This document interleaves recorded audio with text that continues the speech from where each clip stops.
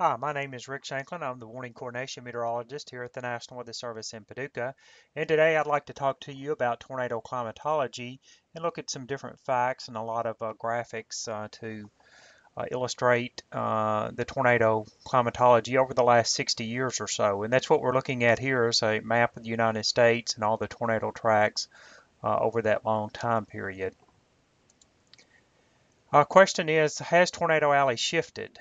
Looking at this map, obviously, the frequency of tornadoes continues pretty strongly as you go between the Rockies and the Appalachians, and to some extent along the East Coast.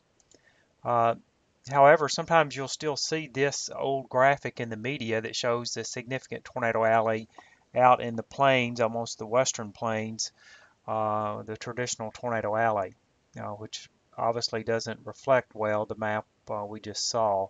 Uh, Granted, that map was of all tornado tracks, and this is significant tracks, which is F2 and above tornadoes, but we'll address that separately shortly.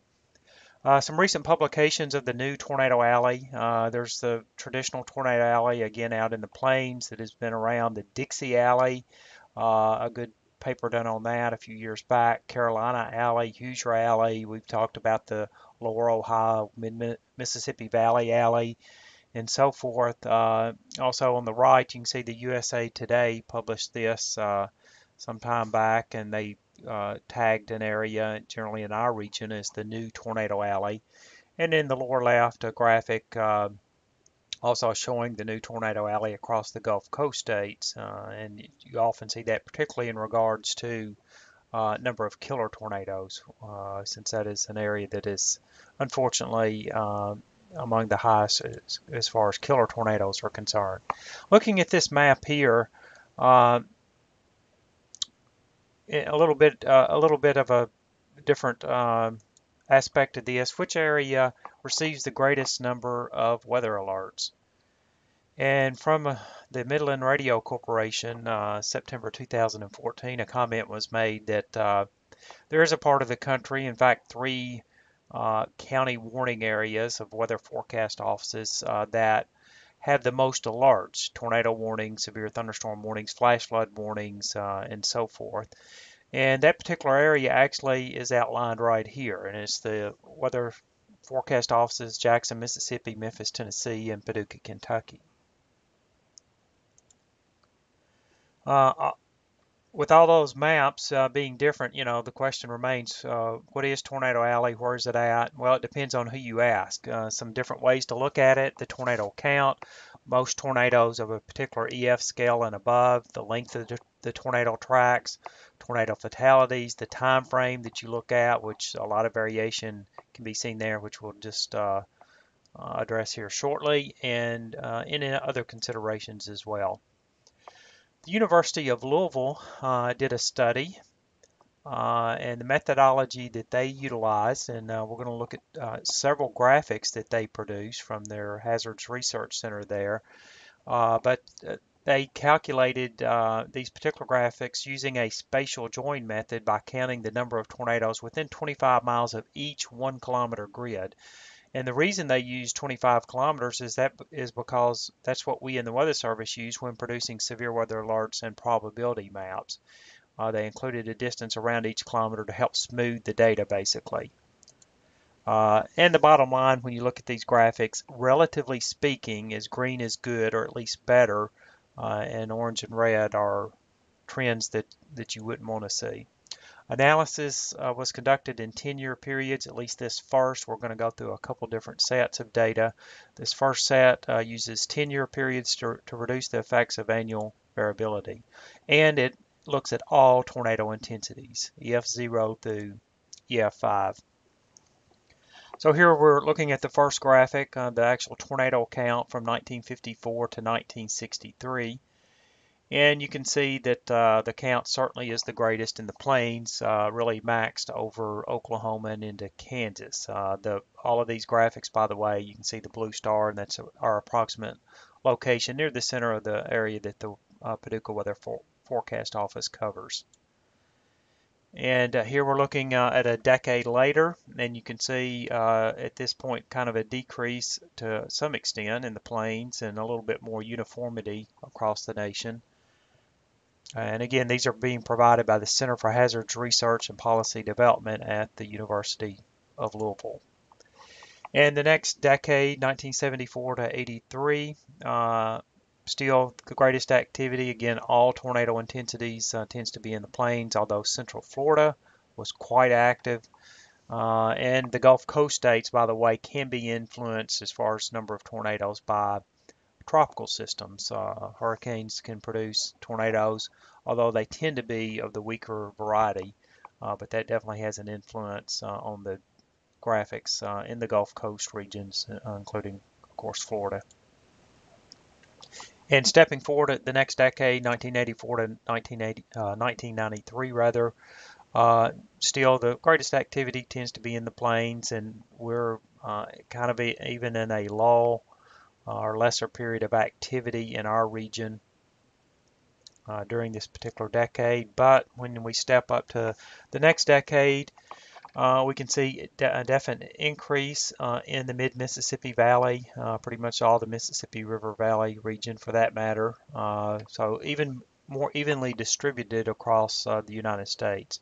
And of course you can see some areas of the country, the western third to half, basically west of the Rockies in the Northeast, the Appalachian region definitely tends to see fewer tornadoes overall. And things continue to progress in the wrong direction for us in the last decade. You can see a definite pronounced increase still again with this decade. So the last 2 decades, bottom line, we've seen an increase in the tornado count across our region.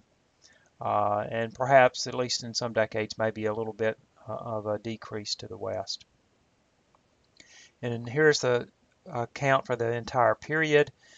And you can see we definitely had an increase, or this is actually the actual count, rather. And you can see the greater number of tornadoes is out in the plains as you'd expect. But as you saw in the last couple of decades, the trend has been somewhat of an eastward shift. In fact, the summary for these first set of graphics is there's been a lot of variation from each decade.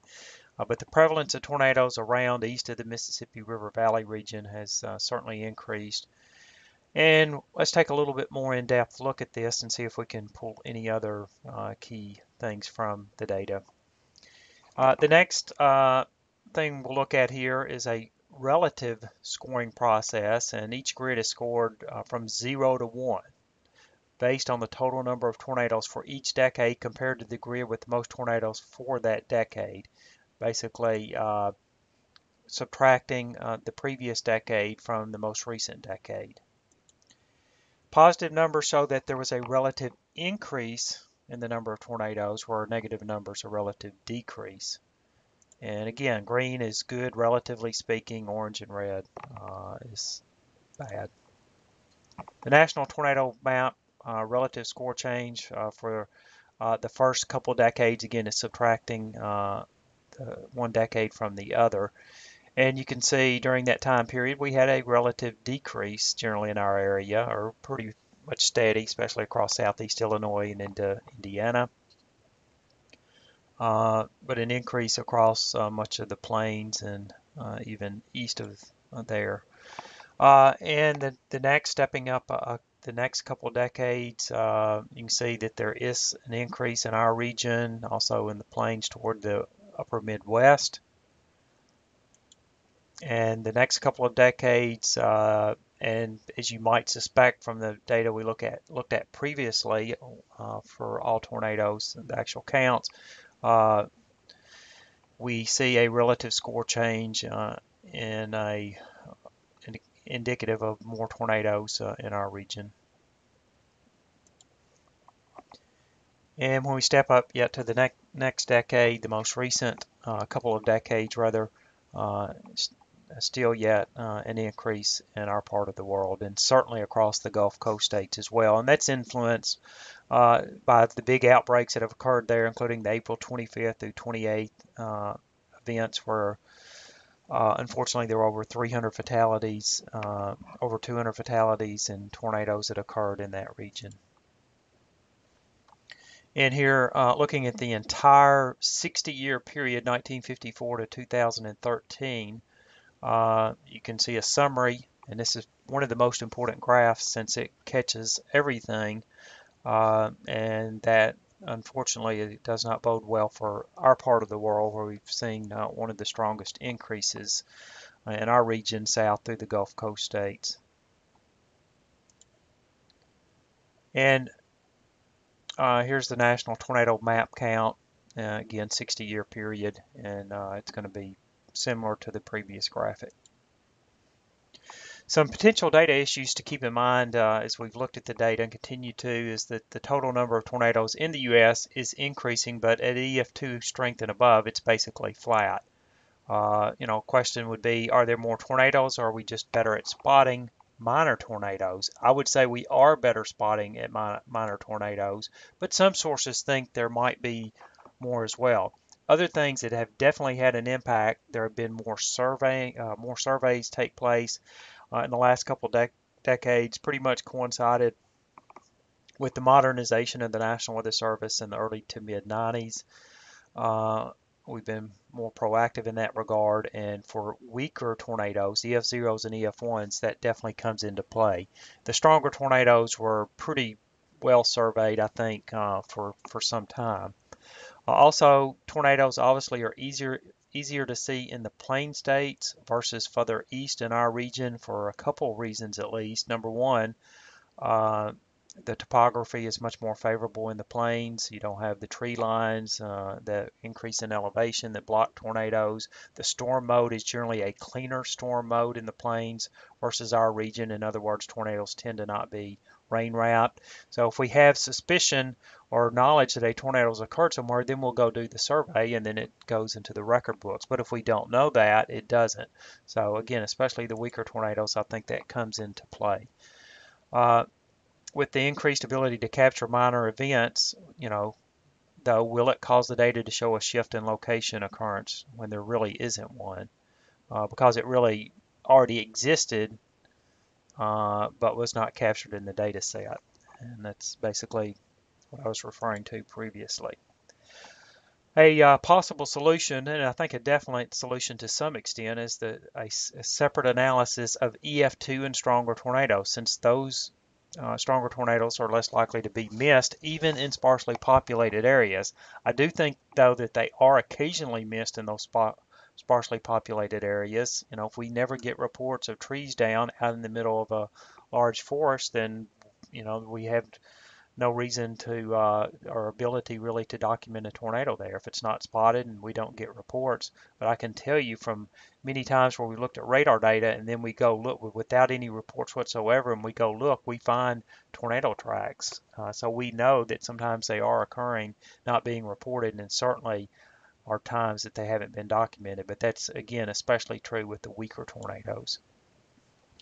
So we look through these graphics here. Again, EF2 strength and above, the tornado count for the entire period. You can see that our region is on up there pretty strongly. Basically, the plains, especially the southern plains to the Gulf Coast states, and northeast entire region, even into Indiana, you see some of the large areas of some of the higher counts. But let's look at the relative score change for the different sets of time here, starting with 1954 to 1973. And you can see, unfortunately, there's an increase across most of our region into Illinois is the exception, further into Illinois, central Illinois particularly. And then moving forward to 1983, or as late as 1983, then a decrease. So this was a relatively good period for stronger tornadoes. Again, this is just for the EF2 to EF5 tornadoes. And then to 1993, still, we're tend to be faring fairly well. It seems like the Central Plains to Upper Midwest, but then you get into Indiana, southern half of Indiana, that's not the case. Things pretty bad in that part of the region as far as the relative score change. And then 1984 to 2003, strong tornado occurrence, Arkansas into our region, Lower Ohio, Mid-Mississippi Valley, Tennessee Valley, is a definite increase, pretty pronounced increase in our region. And yet the same again, unfortunately, for the most recent decade for us, and certainly into the Gulf Coast states as well.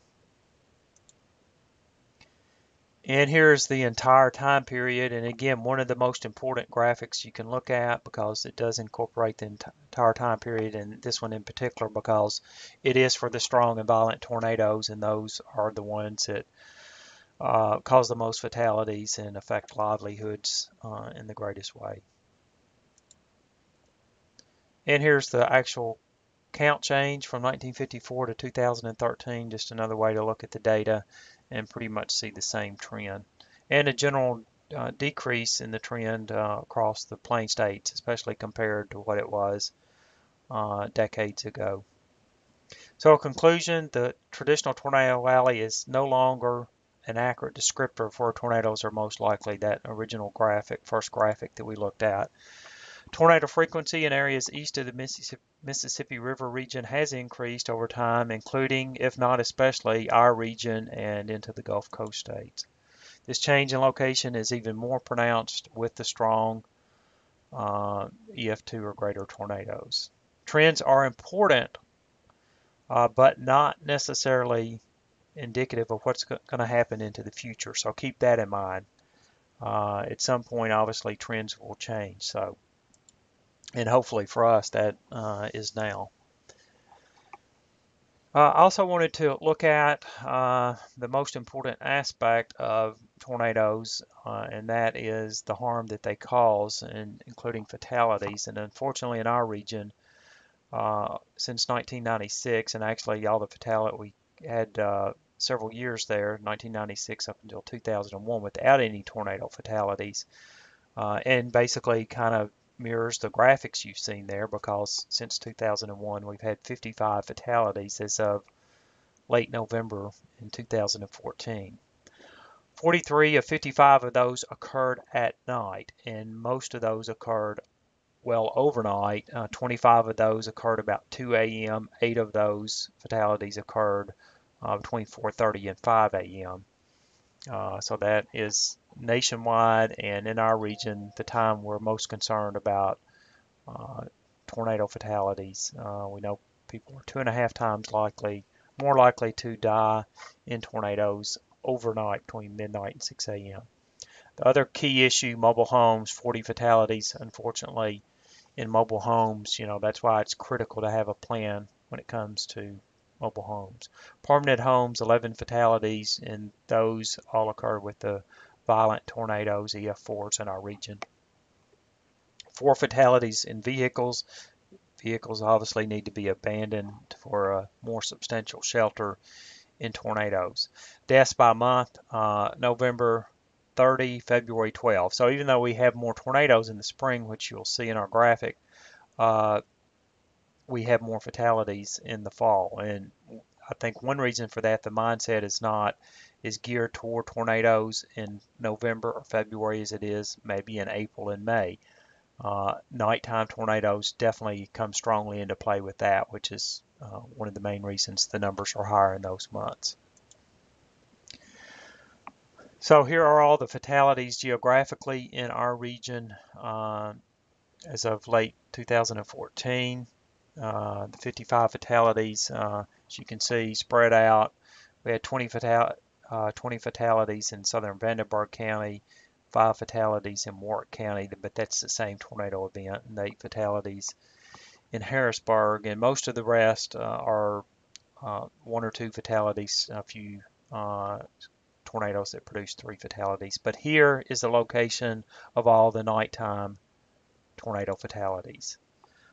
So, if we had better preparedness and actions from people at night, we could really reduce the fatalities at night. But First thing is they got to have a way to receive the warnings like weather radio, cell phone alerts. Here are all of the tornadoes that have occurred in our region for each month of the year. You can see again the peak is April and May with a secondary peak in the fall. October, and particularly late October, that's really kind of geared more toward late October, toward mid-November. That's our secondary peak. Our 20-year total in our region is 488 tornadoes. 488, an annual average of 24.4. As far as the time of day, tornado likelihood, of course, increases as we go through the afternoon and evening, building off the heat of the day. That instability is one of the key ingredients. But yet, a time period that we see fewer tornadoes is when we've had, and unfortunately probably will continue to have, unless we can promote even more readiness for those time periods. That's when we've had most of the fatalities. And I want to say a special thanks again to the Center for Hazards Research and Policy Development at the University of Louisville, especially to Josh Heumann, the director, and Ben Anderson, the project manager for this particular project. Thank you for tuning in.